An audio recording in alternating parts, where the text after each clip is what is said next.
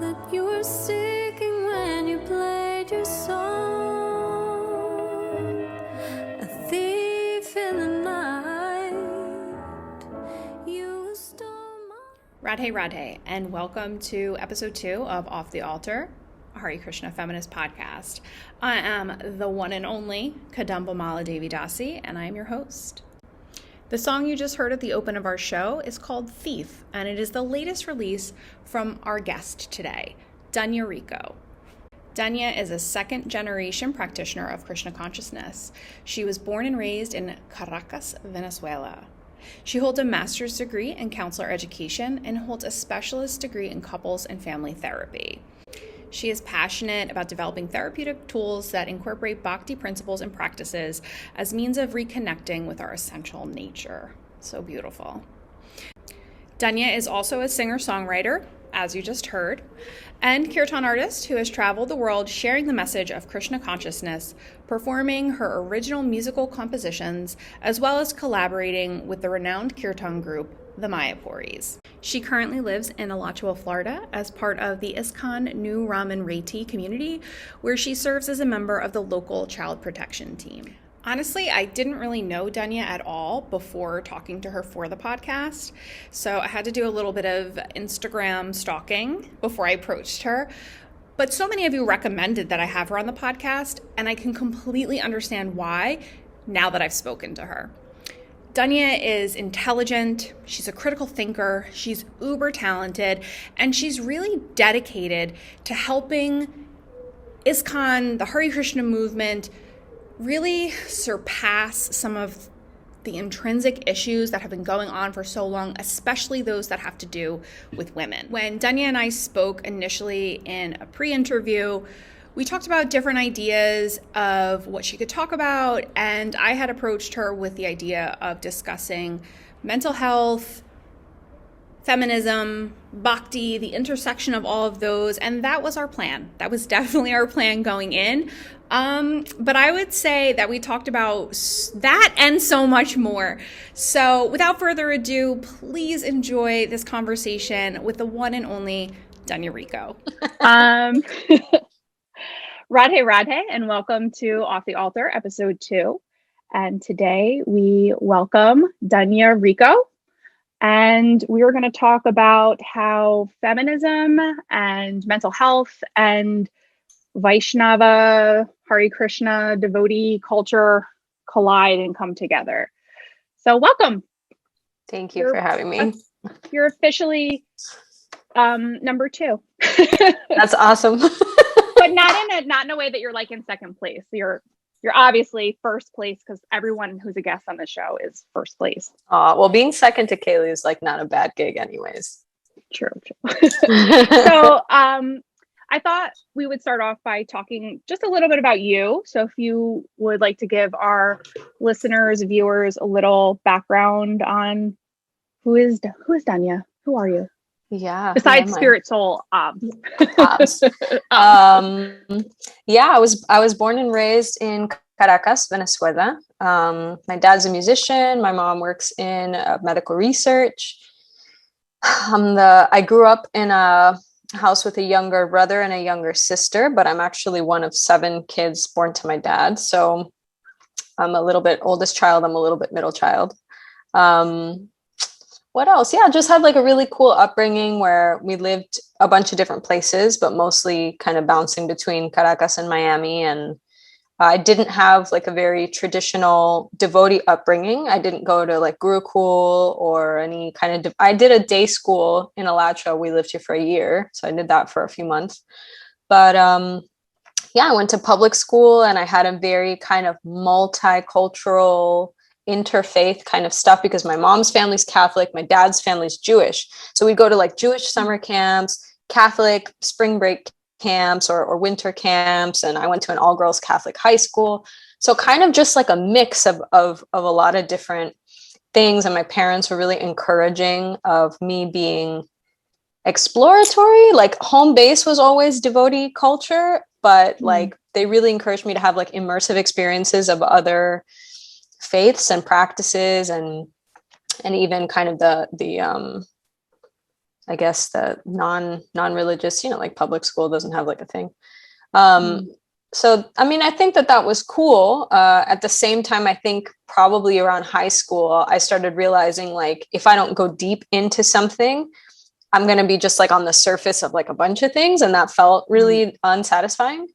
So, little by little, mostly through the influence. I mean, I was hanging out with my older brother, Jaggi, who does a lot of Kirtan, and I would come visit him over the summers, especially after he had my niece, Takurani. And I would go to like the 24-hour Kirtan festival and Rathayatras and stuff.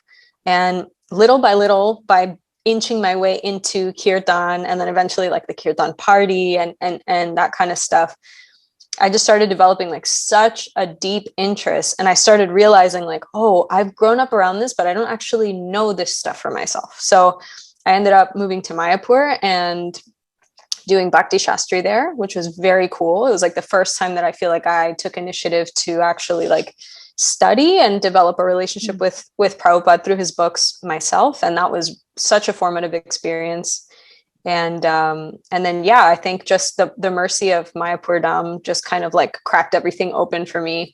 And since then, it's been kind of like the point of no return. Like I feel super excited to learn more about our faith and more about our culture. And also obviously like the deeper you get into it, the more you get into like the history and the issues and the, so I think that with ownership came a little bit of like illumination of maybe areas where things need a lot of work. And at first it was a little bit shocking, but then I realized, and this is probably just a personality thing. I realized like, oh, if I'm going to be a part of this, like, I'm not going to be able to reconcile the stuff that I'm not okay with the stuff that feels like really transcendental and like ultimate absolute truth. So then all this stuff, I'm going to have to like try my best to do something about that. 'Cause like, I'm definitely committed. Like I'm in it, you know what I mean? Especially once I got initiated, I was like, I'm in it. This is and so I thought like, okay, well, maybe with the things that I see that need some work, as I'm working on myself, I can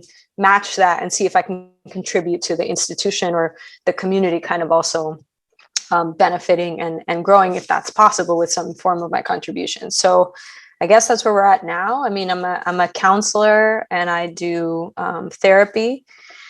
And it's mostly online now just because of the COVID situation. Right. I'm a member of the child protection team here in Alachua, which is where I'm based. I also do special projects for the child protection office. And I also do Kirtan. I write original songs and make music. And yeah, so I think all of that is me. I'm a mom, which just happened last year, which is super cool. Yeah, I think that's the I definitely it's interesting to just kind of hear you talk about how old were you when you decided to move to Mayapur and do that internal study through the external study, I guess, by doing Bhakti Shastri? I was like 19 or 20. What was that like at that age because I was kind of assuming you were, in that kind of like older teen age at that time. And I just wonder, what was that like at that time to decide to do that for yourself?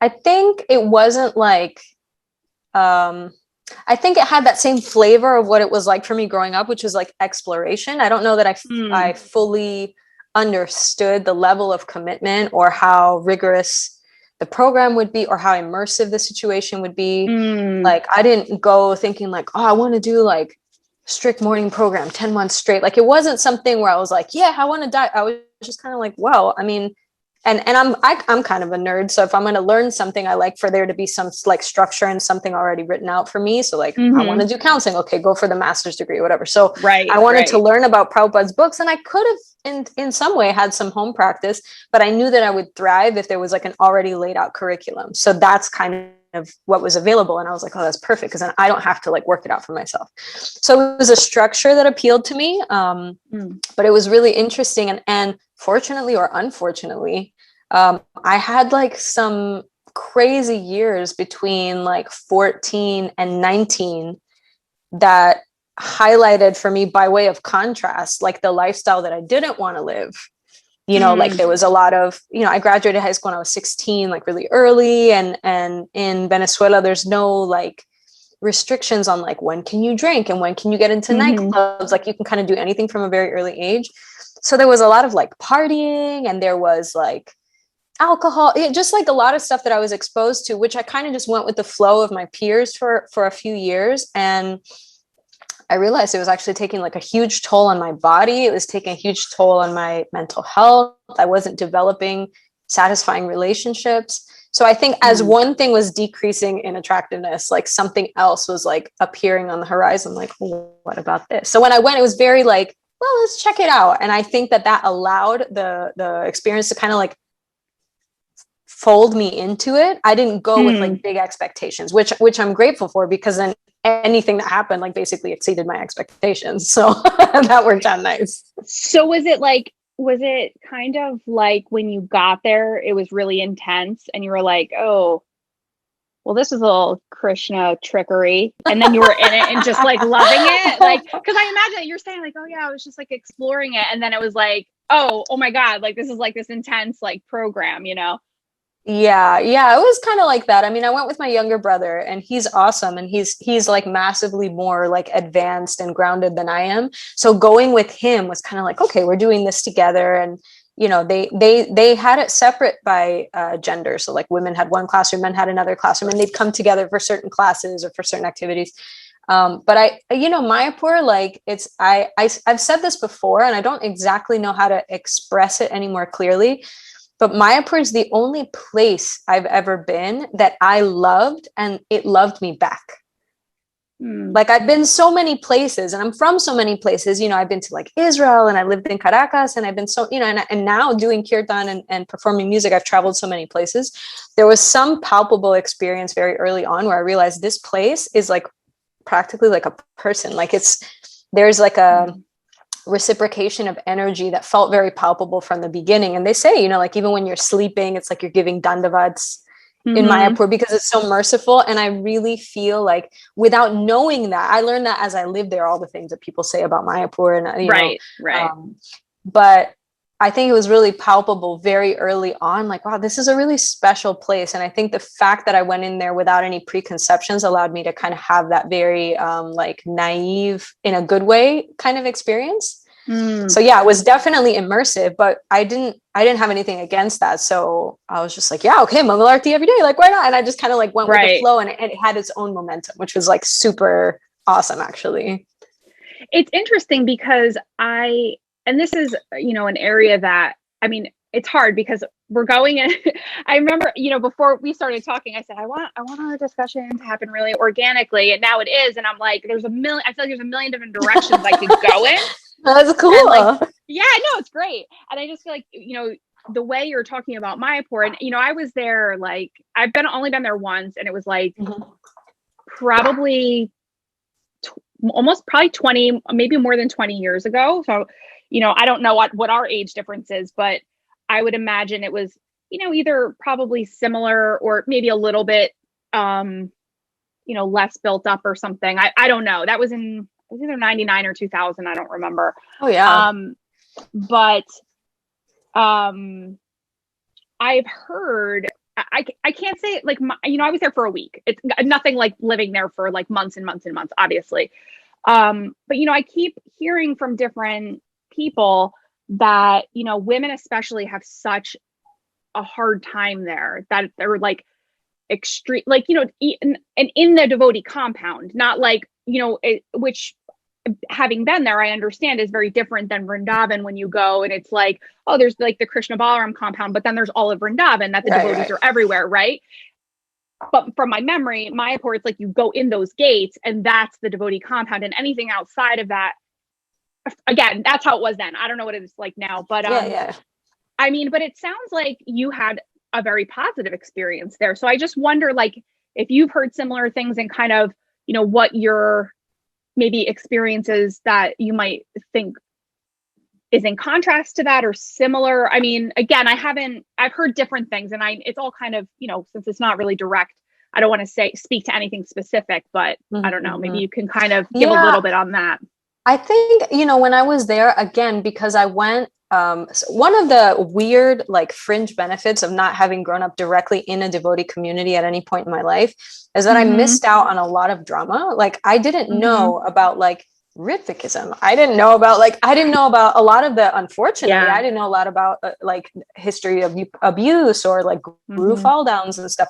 So for better and for worse, because that has a huge downside too. I was kind of oblivious to a lot of stuff. And so that was the kind of energy that I kind of went into it with. I was just like, oh, I'm just here to study and, you know, that kind of thing. And I feel like, yeah, I don't know, Krishna created like some sort of bubble where I was able to be there. And I think because I was there with my brother and I was obviously there to study, like, I didn't really have any time to enter into the social sphere of Mayapur. The only time that I would do anything besides study and like do like different parikrams or like field trips we would do to different places would be go to the Bhajan Kutir, which is also like how much drama is really going to happen there. Like, so I felt like I was really busy the whole time.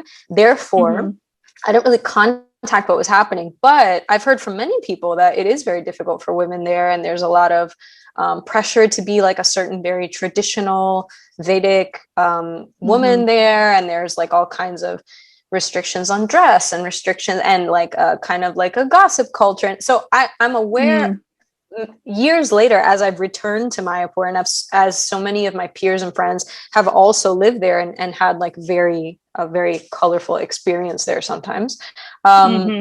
I found out about that kind of stuff, even though it wasn't my direct experience. I know that it exists. However, there was one situation that happened. We would do morning program every single day. And in my eyes, and I still feel this way, I felt very much like kind of a newcomer. Like, I'm just here to learn. Like, you all, meaning like other people my age who grew up in Krishna consciousness, like, you've been reading the Gita for like decades, and I'm just really reading it for the first time now, you know, that kind of thing. So I had in my mind, I was kind of like a bhaktin, like I wasn't, you know what I mean? So I remember we would do morning program every day, and that's how they would like take attendance for our participation and stuff. And after Mangal Arti, we would sit in different places in the temple and chant all our rounds at once. And I was on the Panchatattva side of the temple, and I had my eyes closed, and I was just like really in the zone. And, you know, I felt like, okay, like, you know, I'm in it, whatever. And some woman, which actually it makes it a little more sad, but some woman came up to me and like tapped me on the knee, and she goes, Mataji, you know, when you wear a gopi skirt, it kind of makes you look like you're not so serious. I think people would take you a bit more seriously if you were wearing a sari. And then she was just kind of like, Hari, like, she did me a favor, you know, she was like, Haribol, like, take that advice I've gifted to you. And I remember just sitting there with my hand in my japa bag, and I was like, is this what you were meditating on during japa? Because like, that's crazy. That's crazy. I thought we were all chanting here, and you're meditating on my outfit, and now I'm inevitably meditating on my outfit. Right. And like, I mean, of offensive things to wear, gopi skirts, I mean, they seem relatively harmless. But I was just kind of, I was sitting there, and I just kind of like looked down, and I was like, this is a trip, man. And the fact that it came from a woman, I remember calling my mom and being like, what was that? And she was like, oh God. Like, so I have had moments like that, you know, and being in India, you know, the only times, not just the first time, but the only times I've ever been like groped in front of the deities in my life has been in India. So yeah, some like really interesting experiences like that, where I'm like, oh, like this also happens, you know. So I was very, again, it was eye-opening that as I was like kind of becoming more committed, I started seeing like these are areas where there are issues, and it became very real to me. And by the grace of Krishna, I wasn't discouraging. It just kind of made me think like, well, I need to do something about it because I'm in it, you know. So what do you think now, looking back, if you could say something to the 19-year-old, 20-year-old you sitting in the temple room wearing the gopi skirt, and the lady just came and said it to you, and then she walked away, like, what would you walk up to yourself and say? That's a good question.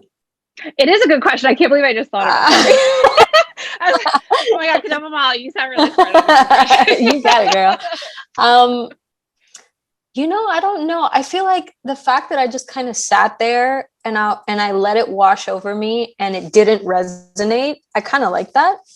So I don't know that I would tell myself to do anything different.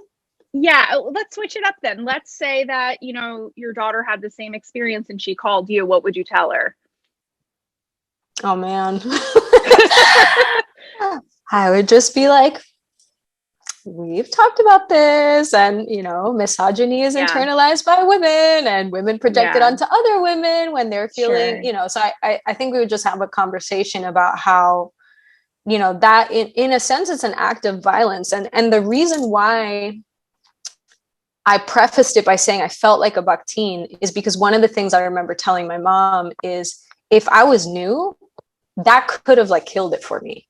Sure. You know what I mean? Like that could have shot down my airplane. And so luckily, again, because I was protected by Mahaprabhu's bubble of love at that time, it didn't discourage me. And it just resonated so weirdly. I was just kind of like, that is whack. But if that was my kid, I don't know that that's how she would react. For my kid, it might be like, I'm not okay. How I dress is not okay. I'm not going to be accepted here. I'm not lovable. Sure. Krishna doesn't like my outfit, or people are judging me. I can't sit here and chant japa anymore. Easily that could have been my feeling, and easily that could be anybody's feeling, and they would be in their right to react very strongly to that. Because also, I mean, the level of vulnerability that you're in when you're sitting down chanting japa, you're literally face to face with your mind, trying to bring it back to the holy name. You are absolutely beaming with vulnerability, and for somebody to come back and just yank you back onto the bodily platform, it sucks. It sucked. Even though I knew it was whack, it still sucked. It's so interesting the way you just described that, about the different thoughts that you could have had or that someone could have, because in a sense, I wouldn't imagine it that way, but you're 100% right. And I would imagine also that the person saying that, who thought she was doing you a favor, would never think that. But how obvious too, though. As soon as you said it, I was like, yeah, that I could imagine myself having those thoughts. Krishna doesn't like my outfit. Not that I'm so pure that I'm thinking what Krishna thinks of me, but I'm saying I could completely see that as a really realistic train of thought. And it's funny because, when I come back to even the whole way that I started this podcast and what was behind it, that stupid Mataji thread and on Facebook, and just thinking about how I've actually had a conversation with another woman who was having serious doubts about devotees, and someone specifically who was in that thread, that it was really testing her faith. And she wasn't sure whether she was, and she's not initiated. She's a newer devotee. And she was just kind of WTF, what, and I had to kind of be all right, listen, you have to just take a deep breath, understand that that person doesn't represent everything.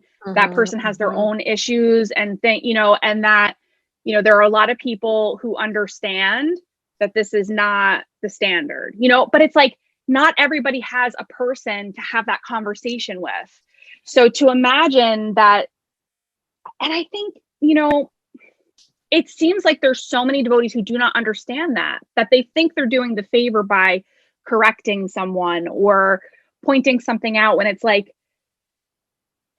don't know, maybe just mind your own business or something. I don't know how else to say it. I don't know how a nicer way to say it, but I think it's a cool point, because Krishna in the Gita, he tells Arjuna so many times, and he says it very straightforwardly, that to do another's dharma is literally, it's worse than death.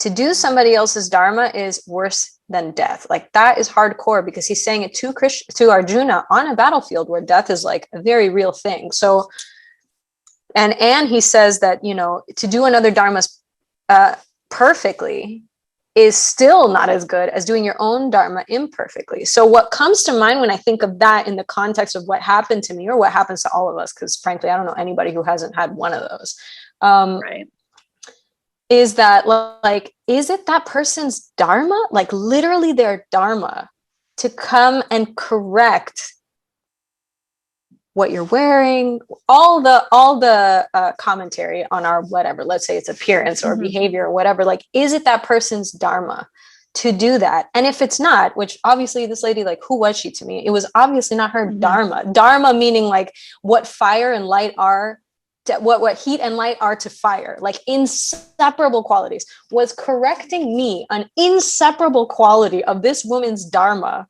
the way it is for my mom, for example? Like, hell no. So so literally it's like such a serious misstep to take it upon yourself to correct someone when it's not your job, or to freely advise somebody when it's not your position, or to come in and speak on something that it's not necessarily your position to speak on. Man, that's so dangerous. Like, Krishna's like seriously warning against it. And even when you do it, it's about measuring consequences, which is something that Ridananda Maharshi talks about a lot. He says, let's say it is your position, like a parent or a guru. Parents and gurus, good ones, are usually aware of the fact that the way that you say things, when you say things, how you say things, who you say them to, all of those things play out into the consequences of your feedback. And if you're not measuring the consequences of your feedback, then you could do like real damage. And then that becomes your responsibility to bear. So I don't think that when this lady saw me, like this stranger saw me from across a temple room, that she was like, first of all, let me reflect. Who am I to Dhanya? And, you know, like, what is my position in relation to her? And then furthermore, what are the consequences of this? And like you're saying, like the consequences could be you literally extinguish a very like fragile little spark of I love Krishna, I love the devotees, I love Kirtan, I love Mayapur. She could have just like capped that. And then I would have been like, peace out. I don't like when I'm talked to about my appearance in like such a kind of egregious way.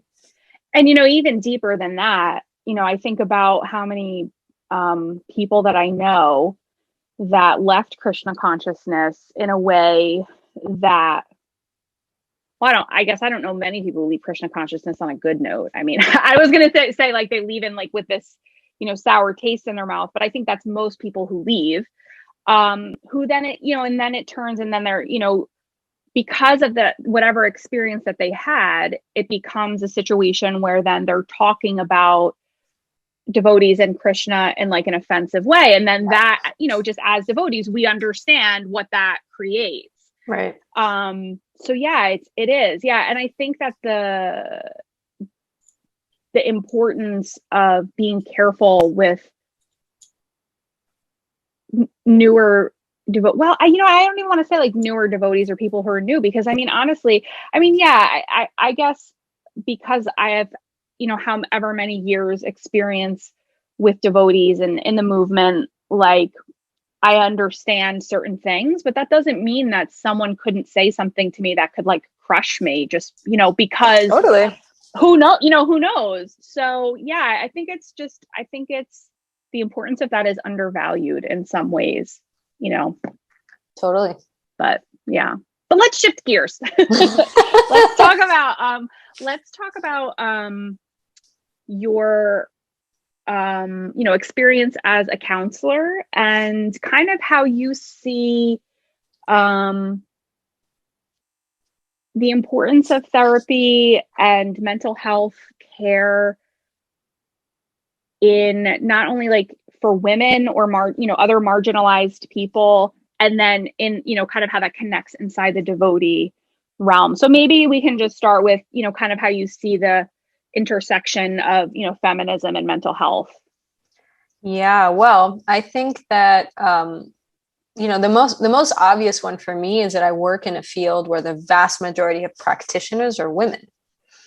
Right? The majority of therapists, counselors, psychiatrists, etc., they're women nowadays. And I think that there's something to that. I think that it's the nature of the field resonates with a certain femininity, right? Which is like care of the internal, focusing on being able to kind of challenge the shadow side and bring the shadow side up. I connect that not necessarily with the female body, but with feminine energy and femininity.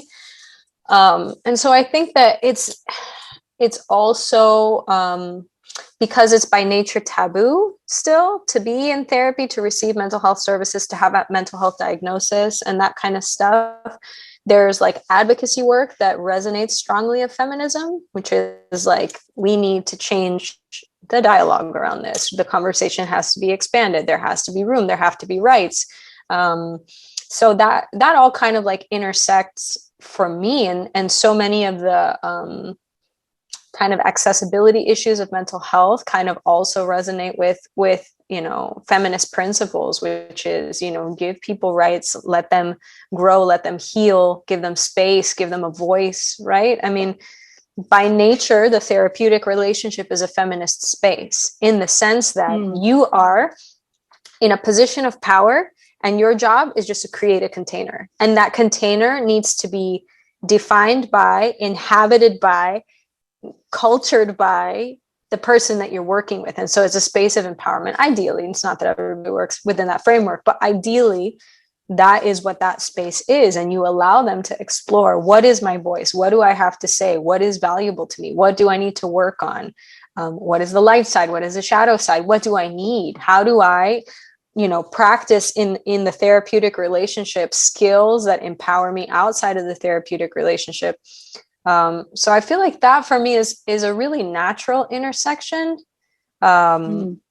especially because a lot of the practitioners are in female bodies. Then it becomes a space also of empowerment for female practitioners, because these women get to be experts in a field, and then they use their expertise to empower another, which is like, that's like the utopia of feminism, right? Which is, I become empowered by others, and then I what's it called? Pay it forward to other people. Right. Yeah. I like all of those connections. I think that's great. And especially the whole idea of empowerment and, all of those things together. So how do we connect that to the Vaishnava culture, and kind of, especially when we can see just, kind of like how you previously mentioned, there's so much trauma from the past for so many people, for so many devotees, especially devotees who grew up in the movement. How do you connect that? And I mean, I should say this too, and I don't know, maybe I'm jumping ahead a little bit too much.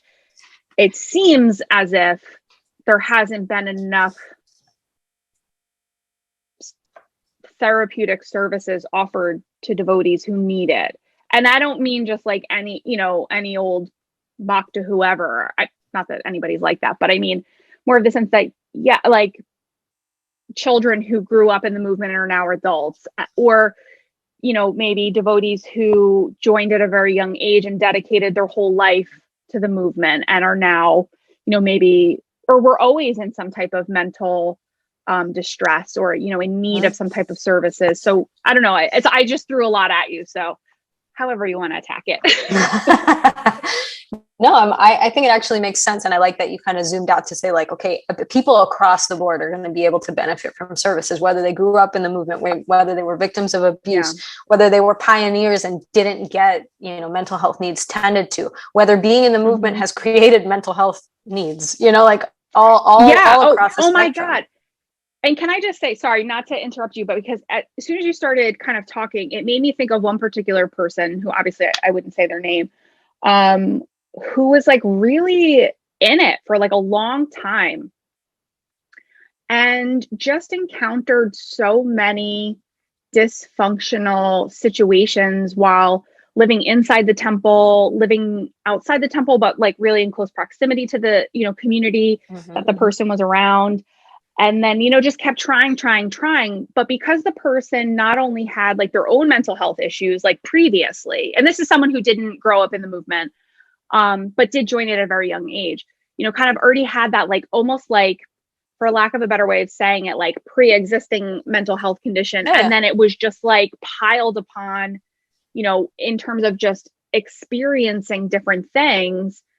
And then just, eventually left. And in some ways, because I still kind of know the person, kind of a little bit on the, kind of on the outside, has in some ways become like offensive to devotees. And you know, in some ways I feel like rightfully so. I mean, not that I think people should be offensive to devotees, but when I think of some of the things the person experienced, I'm like, well, you know, I can't say it doesn't make sense.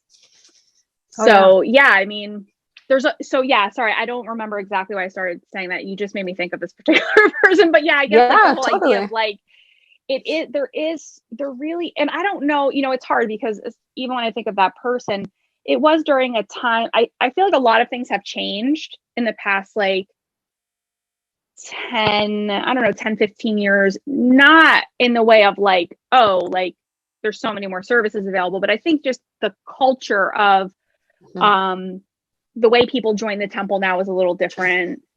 There's not even so many people who live inside temples now. And like, so it's in that way, it's like a little bit different, but still like there was a lot of people who joined in that way and had a very similar experience. And some were able to kind of like transcend it, for lack of a better way of saying it. And some were not.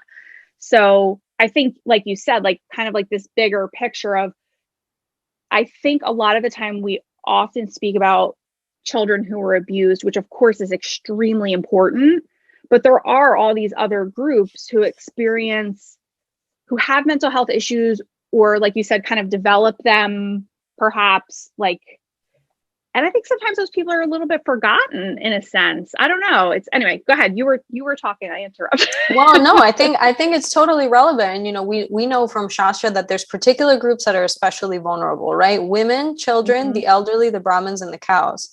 So if those are groups that need special protection and special attention, it would make sense that services like this, where it's nourishing, nurturing, supportive care, it needs to be given to them, like kind of first priority. You know what I'm saying? Like if a kid needs help, like if you're in any emergency situation and there's a child involved, wouldn't you just instinctively help the kid out? Of course. So, I think that makes a lot of sense. Even if this child has grown up, what happened to them happened in childhood. So I think that, you know, there's like a big spectrum of people who can benefit from services. And my school of thought is there's nobody who couldn't benefit from this. Like, it's like going to a gym. Like, are you really just going to go to the gym when you're horribly out of shape? Your body feels like crap. You're totally fatigued. You're not flexible. You don't feel strong. You know, your body's worn down and you're suffering. Like, is that the only moment where you're allowed to go to the gym? Or do you want to maybe hit the gym with some goals? Like, I want to be strong. I want to be flexible. I want to feel fit. I want to have good circulation. I want to feel like I have good lung capacity, et cetera. It's all the reasons you would really want to go to a gym. That's my thought on therapy, is like, you shouldn't just hit therapy when you're like in the pit of dysfunction. Those services are there then, but you could catch that wave like way earlier, and in a way do like preventative work, what to speak of strengthening work, which I think would be brilliant. You know what I mean? So that's a school of thought that I come from, which is like the wave could have been caught way earlier, and the wave can still be caught really early with people who aren't necessarily like low functioning, in addition to the people who need the extra help and are in like a situation of like dire mental health. So for me, it's like, I would sprinkle that all over everybody. But, you know, I think that definitely the reason why mental health is important for devotees, which kind of came at the beginning of your question previously, is because if we are to really understand this point, that Krishna values the seva to his devotees, even above seva to himself, there is no way that we can become truly Krishna conscious if we don't have healthy devotee relationships. It's just not possible. Like, literally, it's not possible. Yeah. Krishna himself is saying it. He's saying, you can only come to me through my devotees. That's what I love the most. That's what I cherish. So in order for us to really cherish devotees, in order for us to really serve them appropriately, we have to develop good relationships with them. It's going to be super hard for me to figure out how to serve anybody if I don't know them, if there's not trust, if there's not communication. And beyond that, the worst thing that I can do, you know, like Chaitanya Charitamrita, the worst thing that I could do is create offenses towards devotees, because that's what kind of breaks Krishna's heart the most. He can tolerate so many offenses and he's very forgiving.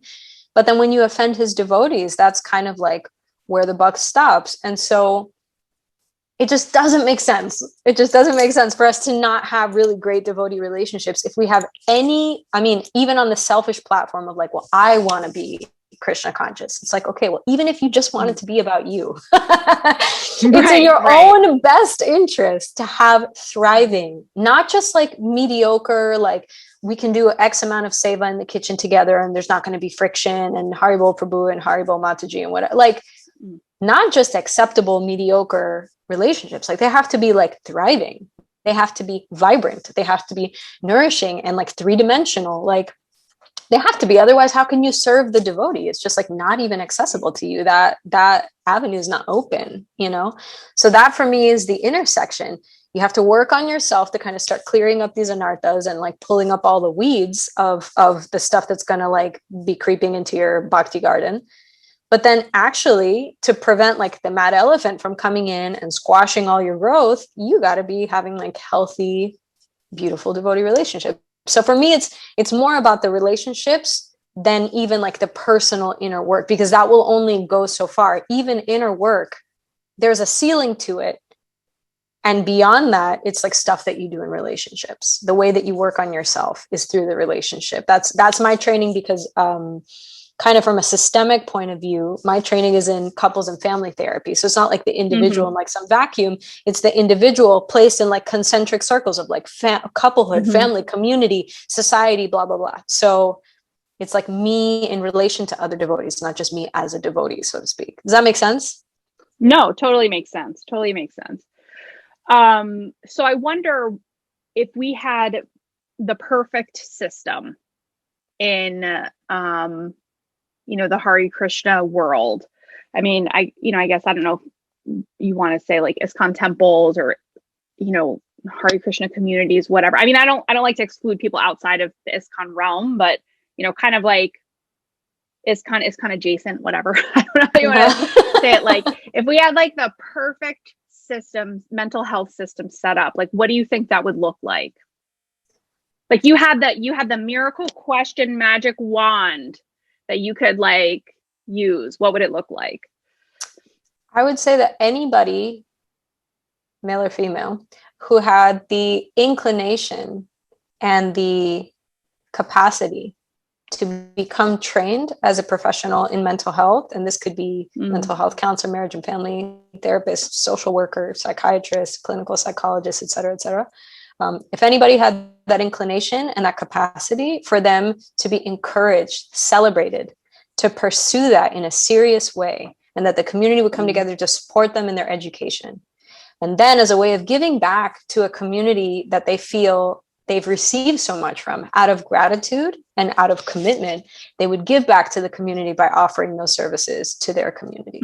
So that would be, and that also for me is the intersection of feminism, because if statistically, for whatever reason, the majority of the people gravitating towards this field are women, you need to be encouraging women to get educated and pursue their passions if this is how they're going to get back to the community. So it's just like it naturally all just like flows together. That confluence for me is like beyond obvious. So that would be it. It's reciprocation based on like authentic gratitude. It means thank you, community. Thank you, family. Thank you, spouse, brother, father, husband, everybody, male and female, mentors, everybody. Thank you for encouraging me to pursue this thing that is in my nature and that I have the capacity and inclination to do. I'm so grateful, and this community has supported me so much that I want to give back. And I want to offer accessible mental health services. That means that I do sliding scale discounts for people who are in financial need, which is like obviously going to happen in the devotee community. That means that I'm empowering education of people beyond me in another generation. There's conversations with my mental health colleagues and other educators and people in like fields that are similar about how to develop like good protocols for child protection, good protocols for the protection of women, the elderly, the Brahmins, and I don't know if cows would apply, but sure. Sure, we can use them as therapeutic tools. We absolutely there's bovine therapy out there for sure. So that's how for me it would feel really organic, and it would feel very grassroots too. It doesn't necessarily have to be like a GBC ordinance that this many therapists to this many people in the community, and that person it wouldn't work like that. It would happen from the ground up, which means in every little pocket, in every little family, if somebody has that flame of like, man, I'm a little interested in this field of work, you would just fan that flame and be like, you know what, I think you would be amazing at that. What course can you take? What classes can you take at your local community college? Here's a workshop that other devotee therapists are giving. Take that, I'll sponsor you. That kind of get your own therapy so that you can see what the experience is like. And you can also start kind of cleansing the instrument so that you can be a good therapist, et cetera, et cetera. That's really how I would see it, like from the ground up. I will say though, imagine if there was some type of, not like I don't know, what do they call them when the GBC does that, like a resolution or something that, like you said, not necessarily that, but imagine though if ISKCON as an institution was willing to encourage that and maybe offer out some type of like encouraging like scholarship or something like that. Like as an institution, we see the need for this. So, we're gonna, I don't know, encourage like each community to try and find one of their members who they think that would be good for this. And, kind of almost like what you're saying, but not as like you said, like a resolution, but or like a mandate, but to try and encourage that also from that side. Because, amazing. Yeah. And I see, there's a part of me that like empathizes with, how hard it must be to run, I guess, like as a group, the GBC, that's such a huge institution. I don't know what the other, what a better word would be, that isn't really, that like has this like, kind of framework set of rules, but also is just so different and, dependent upon the culture of the place. And I don't mean like the culture by the country, but, obviously I think the Brooklyn Temple is so much different than Laguna Beach. You know what I mean? Like that's even just like that. It's so different.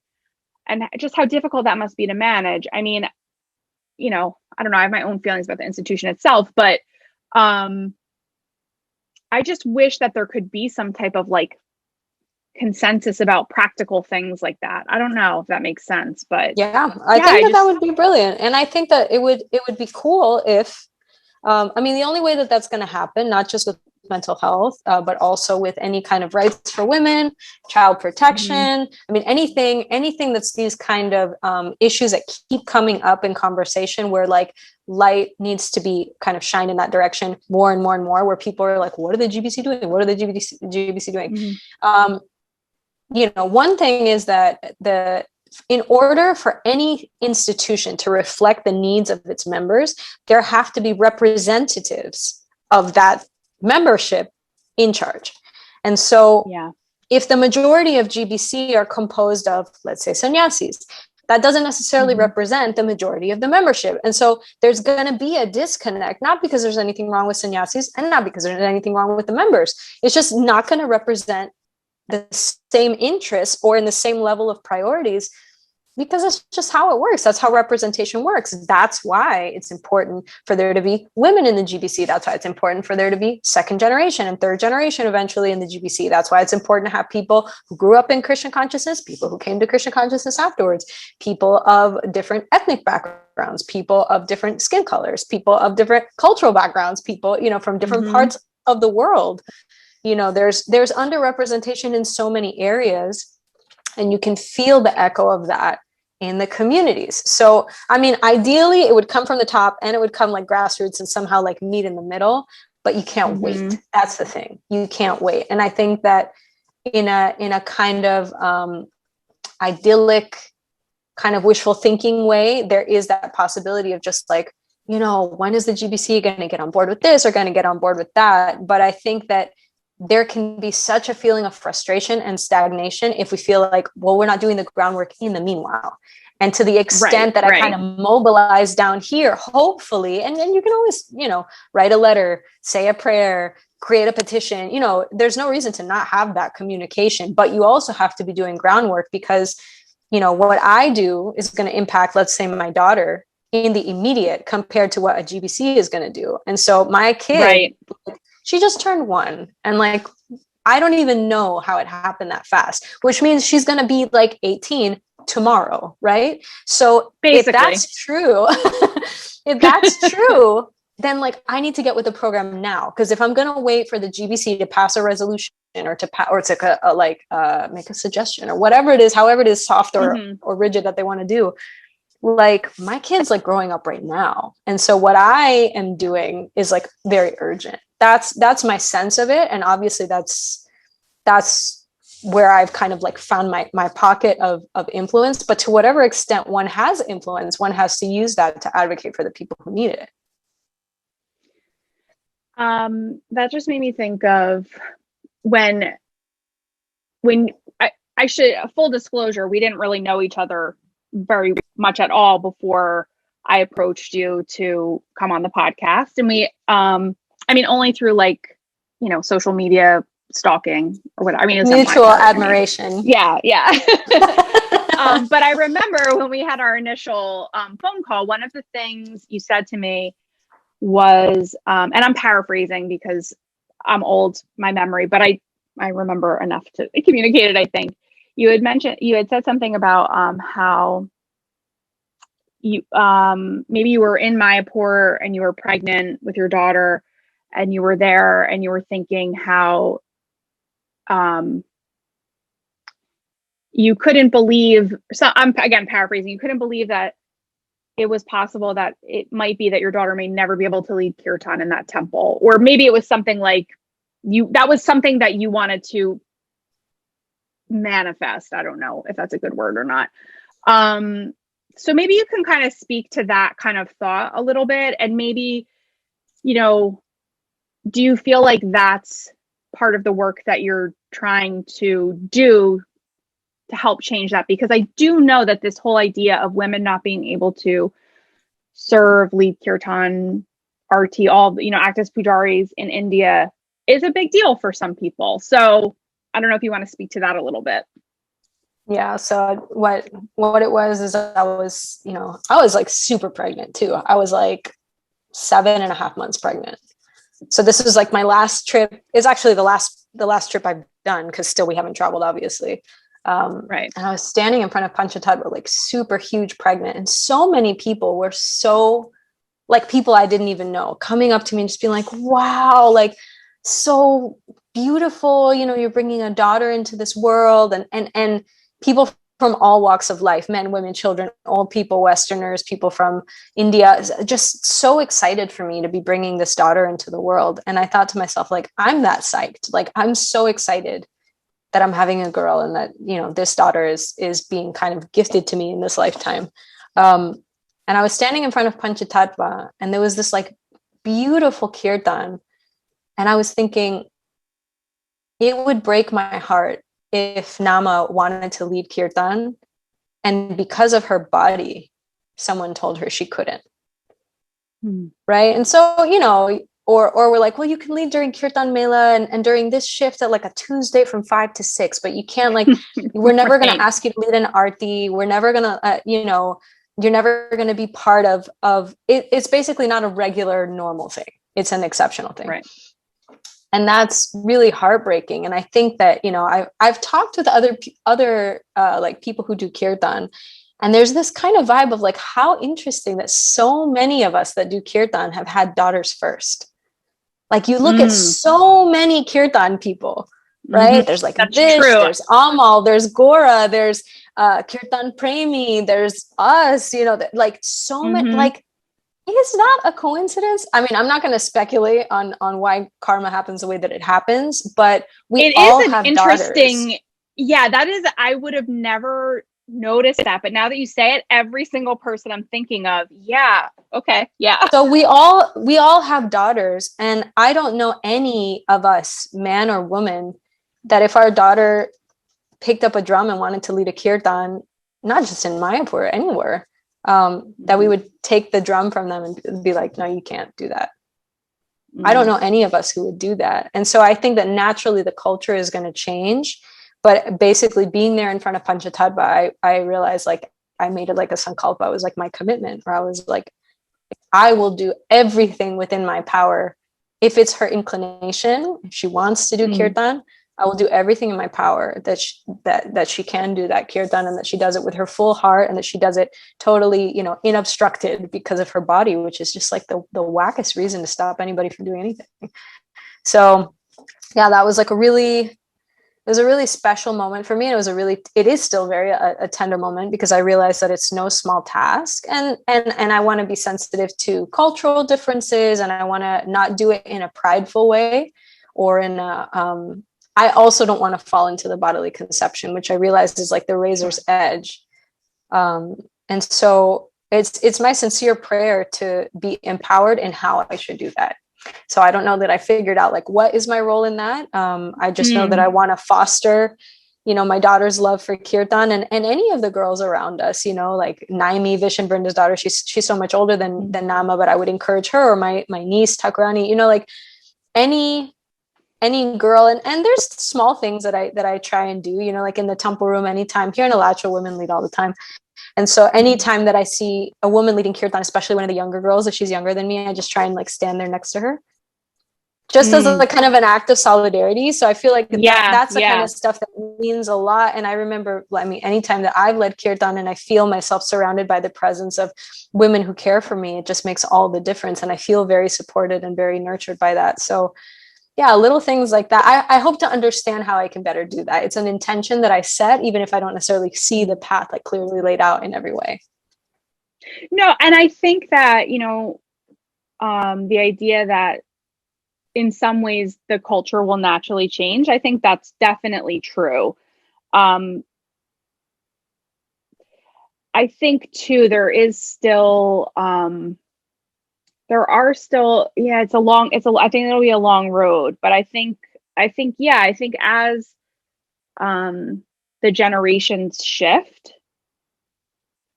I can see that how it would kind of naturally go that direction. It's hard to imagine, such a, I guess I'm trying to articulate it the right way, because I'm thinking of a specific, conversation that I had with someone about, the whole idea of,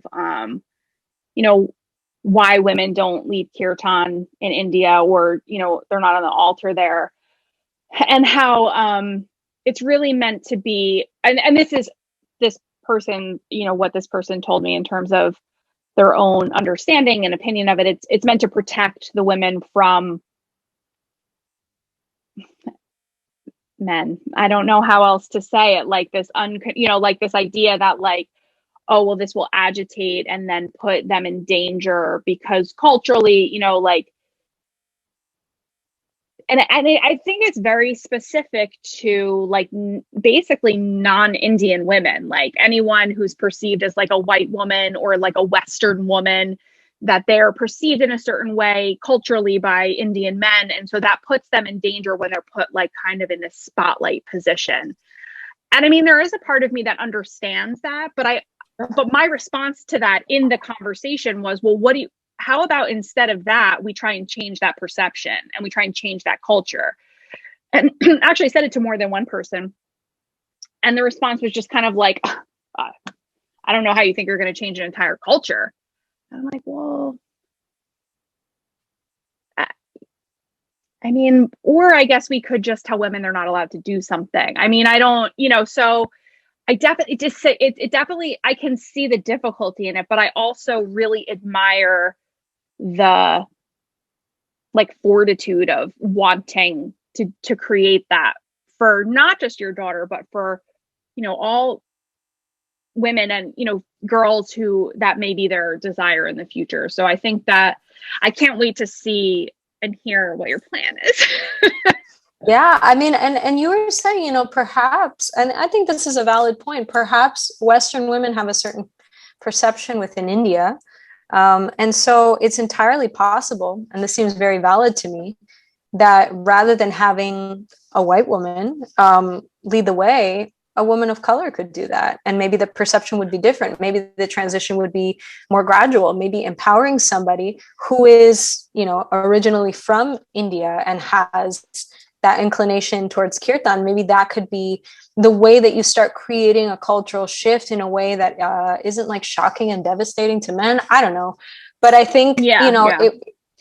I think that there's no reason why a devotee woman of color couldn't be that person. And maybe that's part of the conversation. Maybe part of the conversation is maybe white devotee women don't have to be the face of that. Maybe. Yeah. And I think that would be super cool. And I would totally be able to get behind that. I mean, for me, there's so many things that happen inside of our institution that are totally different than the cultural norms of where that institution is located. In India, in Africa, in South America, in Europe, in the US. I don't know that devotees have like a big hang up with like, we're doing things different than the local culture. Cause I'm like, are you wearing a dhoti in New York City? Like being different than the local culture is like, okay by us in most places. So yeah, for me, and local culture changes. Local culture is subjective. Local culture is generational. And that's not really Prabhupada's mood. Prabhupada had an understanding of context, but put principle first. So I think that, there has to be balance. Yeah, it's so hard because I feel like that could be a whole other like hour conversation too, because I also and like, I mean, a little bit to play devil's advocate, like I do also understand like when people, like in terms of like with Prabhupada, like he did specifically, make it that women were not on the altar at the, and again, this is my only context. I think I said this in the last episode was just in reading the Yamuna Devi biography and kind of like what her experience was and how she had to kind of accept a different role once they were in Vrindavan, like in terms of her service to Prabhupada and the way that she was serving with Kirtan and things like that. And I do, so it's like I understand it in some capacity, but then also I just kind of feel like, like you said, understanding, the context and also the difference of just the time in the world and how different things are in 2021. I had to think of what year it was in 2021 versus, like 1975 or whatever, so yeah, it's a huge, it's big. Like I said, I feel like that could be a whole other I mean, what I come to is like, okay, for us to be able to understand Srila Prabhupada in so many ways, we have to look to his disciples to better understand his mood and his mission and their personal experiences with him. So it kind of comes down to representation again, which is, well, we want to get an idea of how Prabhupada was with his sannyasis. Who would you ask? A sannyasi who spent a lot of time with Prabhupada. And so if you want to know what Prabhupada's views or behavior or perspectives were on women, why don't we just ask the women that spent a lot of time with Prabhupada? And I feel like that is like a no-brainer for me. And it comes down to this issue of representation, which is like, just ask, what are the senior women who were in touch with Prabhupada? What are they saying? And can we honor their seniority? Can we honor their perspective? Can we honor their viewpoint? Listen to what they're saying and give it the credibility that it deserves so that I don't have to figure out, with my conditioned mind and all my anarthas, what Prabhupada might or might not have wanted. There's no way that I'm qualified to do that the way that these women are qualified to do it. And here they are. And they've been trying to like make a point. Just hand them the mic. You know what I mean? Like that's my whole thing. It's just hand them the mic and then let's figure it out, but with their voices at the forefront because they would know that's my train of thought. I love that you just said that because it actually segues perfectly into how I was thinking to kind of like wrap up our discussion, which is who is your like senior Mataji mentor? Like who has been in your life that you really felt like when you needed that energy that you went for that guidance to? Well, first and foremost, my mom, because my mom and I have a very close relationship. I don't know necessarily that I, in my mind, categorized her as like senior Mataji, but I guess she's the only Mataji for me. Yeah, I mean, I think, as I've grown older, I've actually been able to benefit from the association of incredible women who are senior to me. In my immediate circle, these are the mothers of my friends and women who live in my community. So like Nangamanjari Prabhu and Samapriya Prabhu and or through literature. I didn't personally ever get to meet or have the like mercy of this association of Yamuna Devi, but she's created such an enormous impact in my life by way of like understanding her experiences and or trying to understand her experiences and reading her biography and being friends with people who were directly impacted by her, and through their association, you know, kind of benefiting from her. And you know, Vishaka Prabhu just like rocking my world every time that she gets behind a microphone to speak and teach. You know, these people who have really just kind of, you know, opened my eyes. Nanda Prabhu, who is my teacher in Mayapur. I mean, there's so many women who in all kinds of different ways have been encouraging and have been supporting me. That for me has been invaluable. So I don't know that there's one, but I keep hearing the voices of these women, and I keep receiving so much encouragement and so much love from them in a way that is like literally impossible to repay. Like, even if I tried my best and I did everything that I wish to do, it's like impossible to repay. So I'm so grateful for that. And yeah, I feel like I have so many mentors, but you know, my mom's got to take the prize, of course. What's the best advice your mother ever gave you? The best advice my mom ever gave me is the best advice she gives me anytime that I'm about to do anything big. And if that happens to be like in front of a camera or an audience, even more so, she just looks me straight in the eye and she goes, be happy. Like, do what you're doing with full, unabashed, unrestricted joy. Like, just beam your joy out. And it's such like a simple instruction. And my dad gave me one that's sort of parallel with that, which is no fear. He would do it like when he was teaching me driving. So he'd be like, no fear, no fear. Yeah, for me, my mom's always said that. And it's something that I'm able to actually keep in my mind. It's really simple, but it's really profound. And I've had many other senior devotee women echo that sentiment. Had one older devotee woman, you know, when I was expressing like I had a really frustrating time once, just kind of processing a lot of these barriers that exist for women. And I was really just like kind of hung up on it. And this one devotee woman grabbed my face in her hands like that. And I said, you know, like, what am I supposed to do? She grabbed my face and she said, never stop being a joyful devotee. Like, let that be. And I took that to mean like, let that be your form of protest. You know, that my protest is to joyfully perform devotional service in the face of any obstacle, in the face of all obstacles, with everybody, without everybody, when I'm doing Kirtan, when I'm raising my baby, when I'm out there doing counseling, like joyfully perform devotional service. That's my birthright. That's what Prabhupada gifted me. That's what my Guru Maharaj gifted me. And if I don't try and do that, then like, what am I doing? So the fact that my mom said that in such a simple way, and that so many other women have echoed that, and that they rejoice in me joyfully doing my services, that for me is like the magic of Krishna consciousness becomes real in those moments. I love that. And I think it's the perfect way for us to just let that settle. Just let it marinate in that. Yeah. Thank you so Thank you. so much. This has so been fun. Amazing. So thank you. And I hope we get to talk again we're going to talk as soon as I stop the record button, we're going to keep talking, but I hope we get to talk for other people to listen to us. Of course. Yeah. Again. So thank you so much, Dhanya. Thank you so much. Thank you.